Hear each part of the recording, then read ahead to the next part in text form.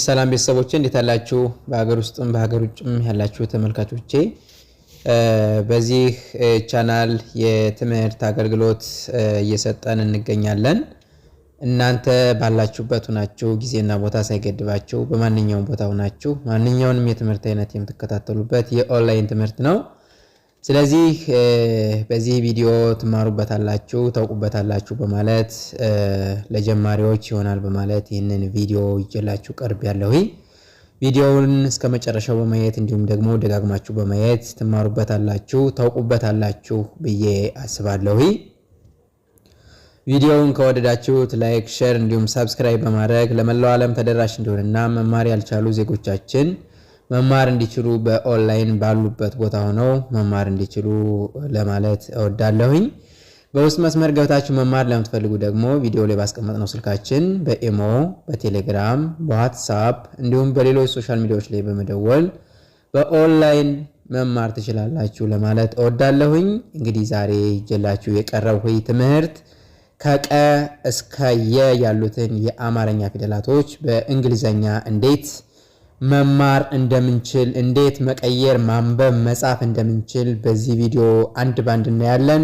እናንተ ኮንሶናንት የማን ኮንሶናንት ነው መጀመሪያ ላይ የምንጠቀመው ሁለተኛ ላይ የምንጠቀመው ቫወል ሌተሮቹ እነማን ናቸው የሚለው በዚሁ ቪዲዮ አካተን እናየዋለን፣ እንማርበታለን።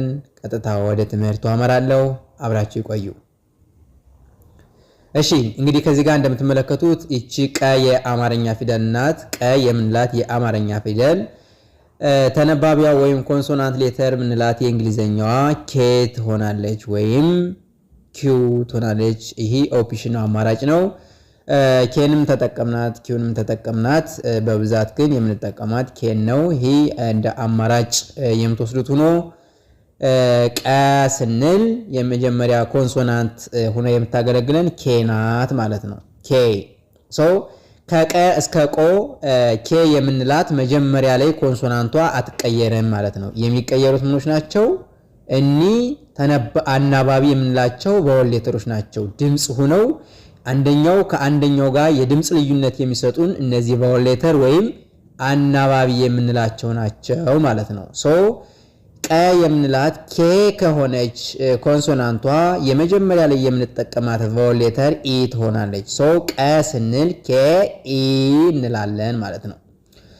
ሌላ ቁ ስንል ደግሞ ሁለተኛ ላይ የምንጠቀማት ቫወል ሌተር ዩ ትሆናለች። የቀ ኮንሶናንት ከቀ እስከ ቆ ማናት ብለናል? ኬ ነች። ስለዚህ ኮንሶናንቷን ከጻፍንን በኋላ ቀጣይ ዩ የምንላትን ቫወል ሌተር እንጽፋለን ማለት ነው። ስንተኛ ላይ? ሁለተኛ ፊደል ላይ። ኦኬ ከዛ ቂ ስንል ደግሞ ኬ አይ ሶስተኛ ላይ የምንጠቀማት ቫወል ሌተር ማነች ማለት ነው? አይ ትሆናለች ማለት ነው። እዚህ ጋር ኮንሶናንቷ ምን ትሆናለች? አትቀየርም፣ ተነባቢ ነች። የሚቀየሩት እነዚህ ድምጾች ናቸው። አራተኛ ላይ ኬ ኤ ማለት ስንል ቃ ስንል ቃ፣ ቄ ስንል ደግሞ ኬ አይ ኢ የቄ ስንጠቀማት የምንጠቀማቸው ቫወል ሌተሮች አይ ኢ ነው። ስንተኛ ላይ? አምስተኛ ላይ ማለት ነው። ሌላ ስድስተኛ ኬ ብቻ፣ ምንም አይነት ቫወል ሌተር አንጠቀምም ማለት ነው። ምንም አይነት ቫወል ሌተር አንጠቀምም። ሰባተኛ ቆ ስንል ኬ ኦ፣ አሁን እዚህ ጋር ቆ ስንል ወደ መጨረሻ ኦ የሚል ድምጽ አለ። እነዚህ ድምጾች ናቸው ከዚህ ጋር የሚቀመጡት። ቅ ስንል ያው የሚል ድምጽ አለ፣ ግን እዚህ ጋር አይጻፍም። ኬ ኮንሶናንቷ ብቻ ናት የምትቀመጠው። ቄ ስንል አይ ኢ፣ ቃ ስንል ኤ፣ ቂ ስንል አይ፣ ቁ ስንል ዩ፣ ቀ ስንል ኢ። ነገር ግን ኬ የምንላት ግን ከሁሉም ጋር ምን አትልም? አትቀየርም ማለት ነው። አትቀየርም። ኦኬ ቀ፣ ቁ፣ ቂ፣ ቃ፣ ቄ፣ ቅ፣ ቆ። እንግዲህ ከዚህ ጋር የምታዩቸው የቀ በእንግሊዘኛ ስትጻፍ ማለት ነው። ከቀ እስከ ቆ ያሉት በእንግሊዘኛ ሲጻፉ በዚሁ መልኩ ይቀመጣሉ ማለት ነው። እሺ ሌላ በ የበ ኮንሶናንት ሌተር ቢ ትሆናለች። ቢ የበ ቢ ነች ኮንሶናንቷ ወይም ተነባቢዋ ማለት ነው። ተነባቢዋ አትቀየርም። ከበ እስከ ቦ የሁሉንም ቤተሰቦች ተነባቢ ሆና ታገለግለናለች። ሊቀየሩ የሚችሉ ምኖች ናቸው? እነዚህ ቫወል ሌተር የምንላቸው መጀመሪያ ላይ ሁለተኛ፣ ሶስተኛ፣ አራት፣ አምስት፣ ስድስት እንዲሁም ሰባት የምንላቸው እነዚህ ቫወል ሌተሮች ይቀያየራሉ። እነዚህ ቫወል ሌተሮች ሲቀያየሩ ደግሞ ድምጻችንም ይቀየራል ማለት ነው። ፎር ኤግዛምፕል በ ስንል ቢ ኢ፣ ቡ ቢ ዩ፣ ቢ ቢ አይ፣ ባ ቢ ኤ፣ ቤ ቢ አይ ኢ፣ ብ ቢ ብቻ፣ ቦ ቢ ኦ ብለን እንጽፋለን ማለት ነው። ሶ እዚህ ጋር እነዚህን የአማርኛ ፊደላቶቹን የሚተኩልን ከዚህ ጋር ያሉት የእንግሊዘኛ ሌተሮች ናቸው ማለት ነው። በሌላ አገላለጽ እዚህ ጋር በ ስንል ቢኢ ተጽፋ ከመጣች በእንግሊዘኛ በ ብለን ማንበብ እንችላለን ማለት ነው። ማንበብ እንችላለን። በ ቡ ቢ ባ ቤ ብ ቦ። እሺ ቀጣይ ቨ። እዚህ ጋር ደግሞ ቨ የምንላት የአማርኛ ፊደል ኮንሶናንቷ ወይም ተነባቢዋ ቪ ትሆናለች ማለት ነው። ሶ ከዚህ ጋር ኮንሶናንት የምንላቸው ወይም ተናባቢ ናቸው የምንላቸው ከመጀመሪያ እስከ መጨረሻ ምን ይሆናል? አንድ አይነት ናቸው ማለት ነው። አትቀየርም። ምሳሌ ቨ የምንላት ቪ ከሆነች ከቨ እስከ ቮ መጀመሪያ ላይ የምንጠቀማት ኮንሶናንት ሌተር ቪ ትሆናለች ማለት ነው። የሚቀየሩ እነዚህ ቫወሎች ናቸው። አሁንም በተደጋጋሚ ቫወሎች ናቸው የሚቀየሩ ማለት ነው። ሶ አሁን እኛ መያዝ ያለብን እነዚህ ተነባቢዎቹን መጀመሪያ ተነባቢዎቹ ቫወል ሌተሮቹ ማን የማን ቫወል ሌተር ናት የሚለውን ከያዝነን በኋላ ምን እናደርጋለን? ማን የማን ኮንሶናንት ሌተር ይቅርታ፣ ኮንሶናንቷ ወይም ተነባቢዋ ማን የማን ምሳሌ የቀ ኬ ነች አይደለ? የበ ቢ ነች፣ የቨ ቪ ነች።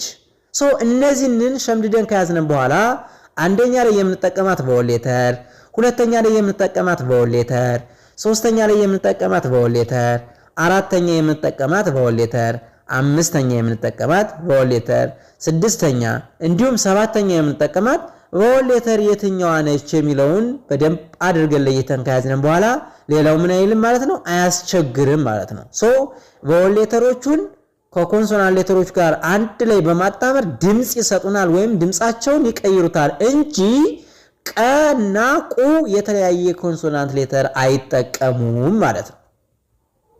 አይጠቀሙም። ስለዚህ ቨ ስንል ቪኢ፣ ቡ ቪዩ፣ ቪ ቪአይ፣ ቫ ቪኤ፣ ቬ ቪአይኢ፣ ቭ ቪ ቮ ቪኦ በዚሁ መልኩ እንጽፋለን ማለት ነው። ከዛ ስናነበው ቨ ቡ ቪ ቫ ቬ ቭ ቮ። አያችሁ ከዚህ ጋር የአማርኛ ፊደል ቨን እዚህ ጋር ቪኢ ወክላለች ወይም ቪኢ ትሆናለች ማለት ነው። ቡ ስንል ቪዩ፣ ቪ ስንል ቪአይ፣ ቫ ስንል ቪኤ፣ ቬ ስንል ቪአይኢ፣ ቭ ስንል ቪ ብቻ፣ ቮ ስንል ደግሞ ቪኦ ይሆናል ማለት ነው። ቪኦ ይሆናል። እሺ ቀጣይ ተ። ተ የምንላት የአማርኛ ፊደል ኮንሶናንት ሌተሯ ወይም ተነባቢዋ የእንግሊዘኛ ሌተሯ ቲ ትሆናለች። ሶ የተ ቲ ከሆነች ከተ እስከ ቶ ድረስ ባሉት ቤተሰቦቿ በእነዚህ ፊደላቶች ውስጥ ቲ የምንላት ኮንሶናንት ሌተር እንደመጀመሪያ ሆና ታገለግለንና ቀጣይ የምንጠቀመው ቫወል ሌተር ወይም አናባቢው ግን ይቀየራል ማለት ነው። ፎር ኤግዛምፕል ተ ስንል ቲ ኢ፣ ቱ ቲ ዩ፣ ቲ ቲ አይ፣ ታ ቲ ኤ፣ ቴ ቲ አይ ኢ፣ ት ቲ ብቻ፣ ቶ ቲ ኦ ተብሎ ይጻፋል ማለት ነው። ከዛ ስናነበው ተ ቱ ቲ ታ ቴ ት ቶ። በጣም ጥሩ። ከዚህ ጋር ደግሞ የምናየው የቸን ነው። እንግዲህ ቸ ስንል ደግሞ የቸ ኮንሶናንት ሌተር ሁለት እነዚህ ቤንዲንግ ኮንሶናንት የምንላቸው ሌተሮች ናቸው። በአንድ ላይ ተጣምረው ጥምርታ፣ እነዚህ በአንድ ላይ ተጣምረው ሊሰጡን የሚችሉ ድምጾች ናቸው። ሲኤች በአንድ ላይ ስትመጣ ቸ የምትል የቸ ኮንሶናንት ሌተር ትሆናለች ማለት ነው። የቸ ኮንሶናንት ሌተር ሲኤች ከሆነች ከቸ እስከ ቾ ምን አትልም አትቀየርም ማለት ነው። ምኖች ናቸው የሚቀየሩ? ቫወል ሌተሮች ይቀየራሉ። ቸ ስንል ሲኤች ኢ፣ ቹ ሲኤች ዩ፣ ቺ ሲኤች አይ፣ ቻ ሲኤች ኤ፣ ቼ ሲኤች አይ ኢ፣ ች ሲኤች ብቻ፣ ቾ ሲኤች ኦ ብለን እንጽፋለን። ስናነበው ደግሞ ቸ ቹ ቺ ቻ ቼ ች ቾ። መልካም። ቀጣይ ማን እናያለን? የ ስንል የምንላት የአማርኛ ፊደል ኮንሶናንቷ ማነች? ዋይ ነች።